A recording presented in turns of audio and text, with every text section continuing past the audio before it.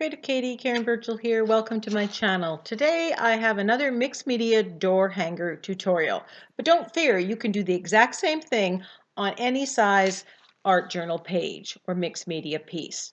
So I have these door hangers and I know I'm going to do a couple of versions of the same thing. So I'm trying to do this at the same time.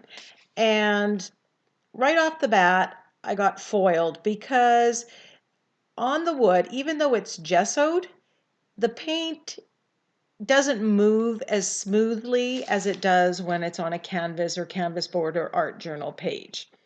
So I quickly decide that I'm just going to finish the color on one and then I'm going to do the other one as I go. So I have yellow, I have a turquoise here, and I believe that's deep violet that I'm putting on, although it looks a lot darker.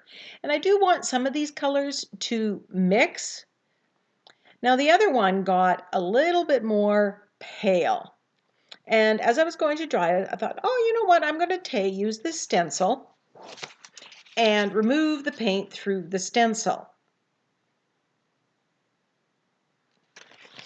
Links to all the stencils used can be found in the description box below.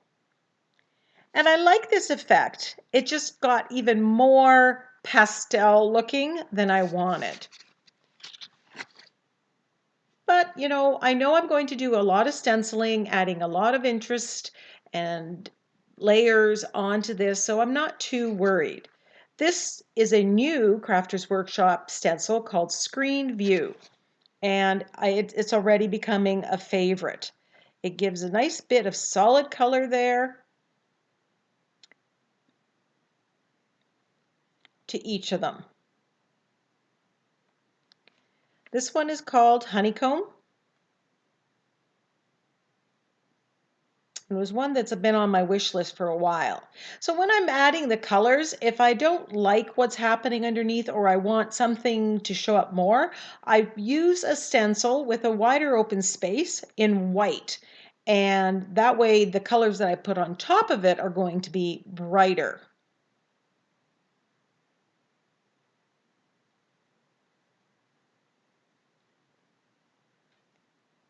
And here I'm doing the opposite, and I'm putting the Prussian blue through the wide open spaces. And once I start adding this and getting a little bit more contrast, I'm a little happier with what I see happening in front of me. Although I was challenged with the smaller size. This one's called Dotted Ring.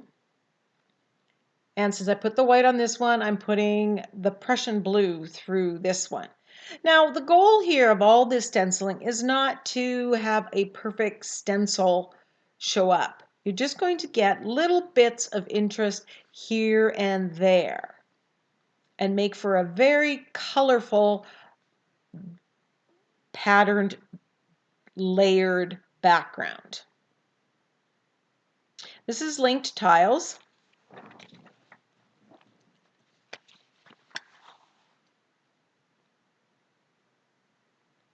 And I'm trying to deepen up the colors of this one because I want bright colors from the plan that I have.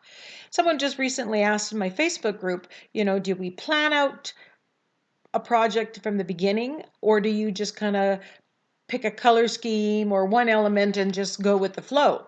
And I kind of do both. But sometimes I find, and this was one of those cases, when you know what you're doing, it stifles the creative process. This one's fantastical.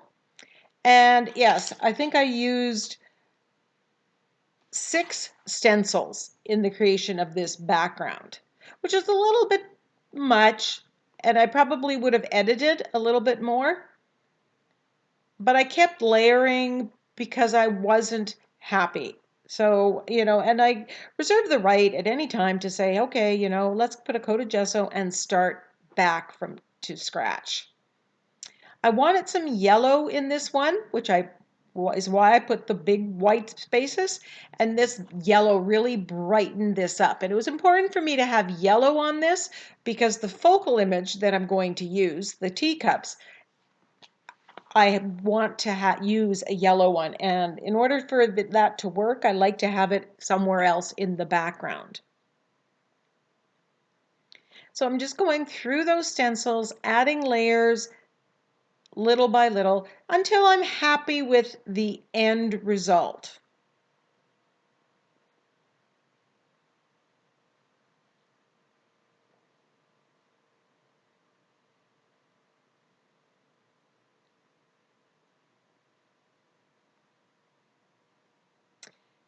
So I'm really enjoying working on these door hangers. They are a challenge because it's a narrow space, and then you have that circle at the top. So you are somewhat limited, and that just challenges you to solve problems and set up composition a little bit differently.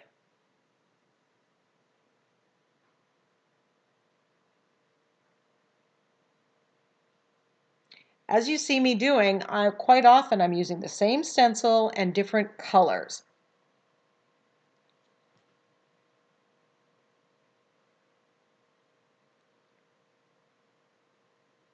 And then I'm edging it with the Prussian blue. And I usually do that when I'm thinking, am I happy with this? Do I want to add something else?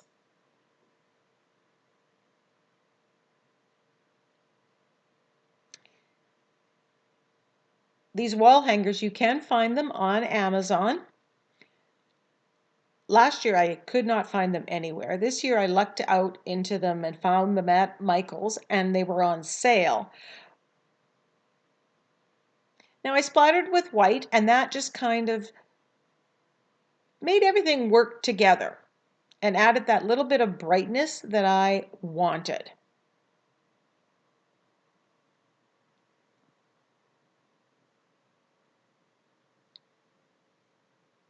And this one I'm splattering with blue, with the Prussian blue, again, because the colors are still a little bit more pastel than I want. And look at all that luscious pattern and layers. Now I have a container and I've pre-mixed the gold paint with water and thinned it down. I'm doing a lot of creating for the craft fair, and so I just mix that up and I keep a lid on it, and then it's at the ready for me to splatter on the projects that I'm doing.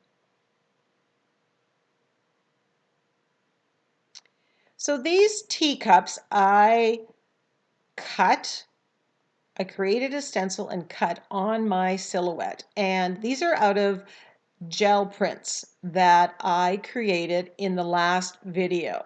Now these gel prints I actually scanned and printed out onto copy paper and then cut them. So I can have multiples of the same one, and I cut out several sizes of hearts, several cups, so very little paper was actually thrown away.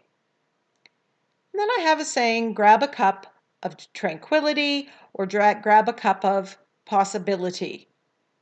And I'm just putting this there. So this door hanger can be a gift with a gift certificate to a gift card to a place like David's Tea or a coffee house that sells teas. It could be gifted with a box of tea or a teacup.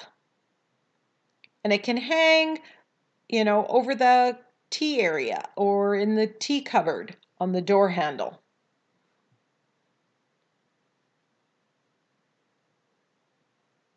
I like the idea of usable art. Serves a multitude of purposes.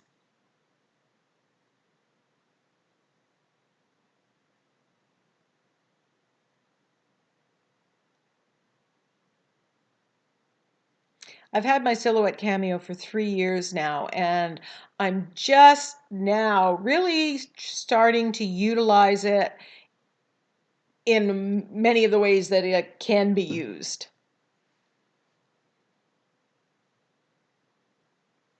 Like cutting these pieces out.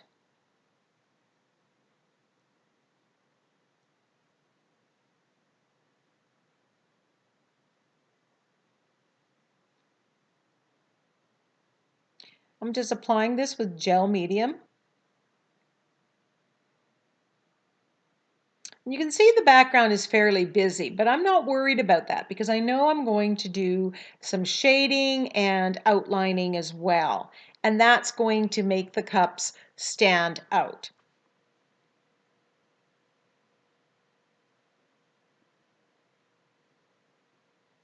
Now I could have stenciled on little motifs from my stencils on there, but because there's so much going on in the background, I wanted to keep it as simple as possible.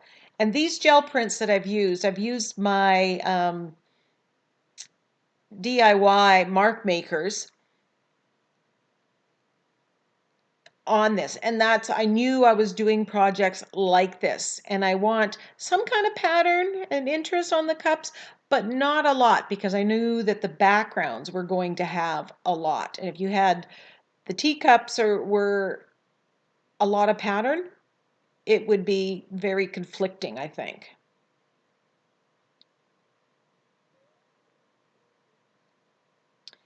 So now that everything's glued on and dried, I am using the floating acrylic technique to shade these cups. And I'm going on the outside of the cups with black. And I just want them to pop.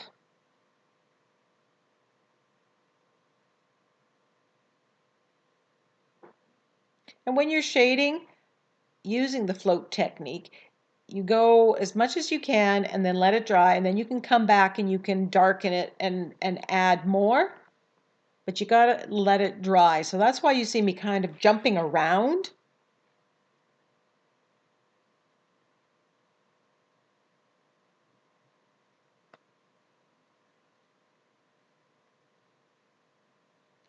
And as you watch me shade this one, you can see the other one on the left there, and it doesn't have the shading. So you can see the difference that the shading makes.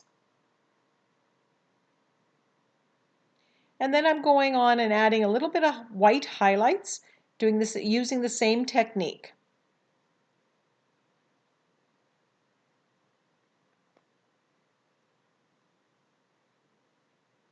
I'm far from an expert at highlights and shading, and I know I don't have them in the exact right places. I just follow my instincts and I do what I think looks good.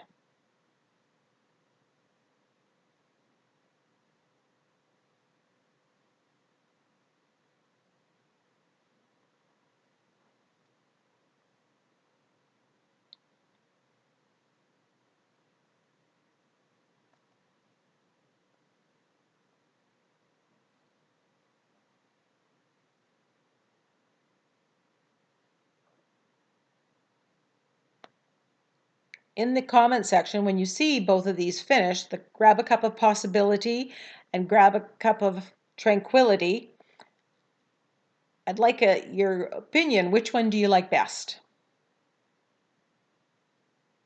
Now this is a Sakura black glaze pan, and it is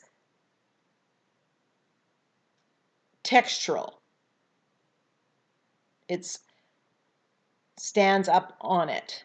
And this is new to me.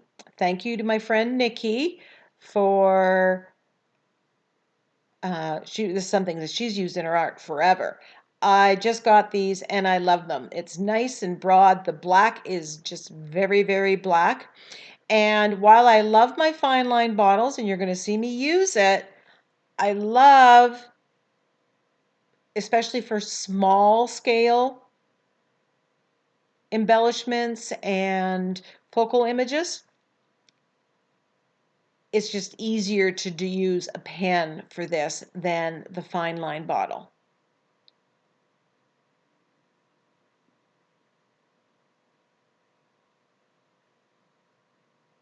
Now this, because it is 3D, you have to make sure you don't rub it and let it dry in between. So I'll be going to Amazon and ordering more of these because I'm already in love with it.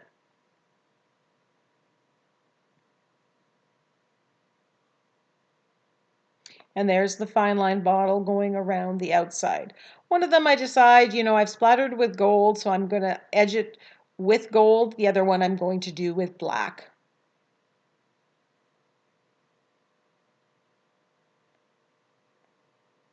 And I find with the fine line bottle, moving away, pushing away from myself, I can make a better line.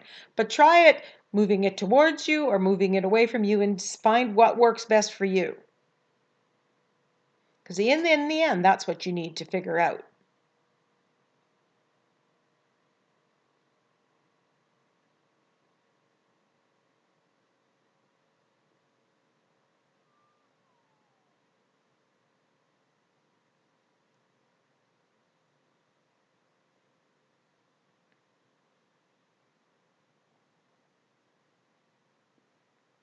If you're interested in ever buying any of my art, especially these things that are fairly small in size, just email me at creativekatie@gmail.com.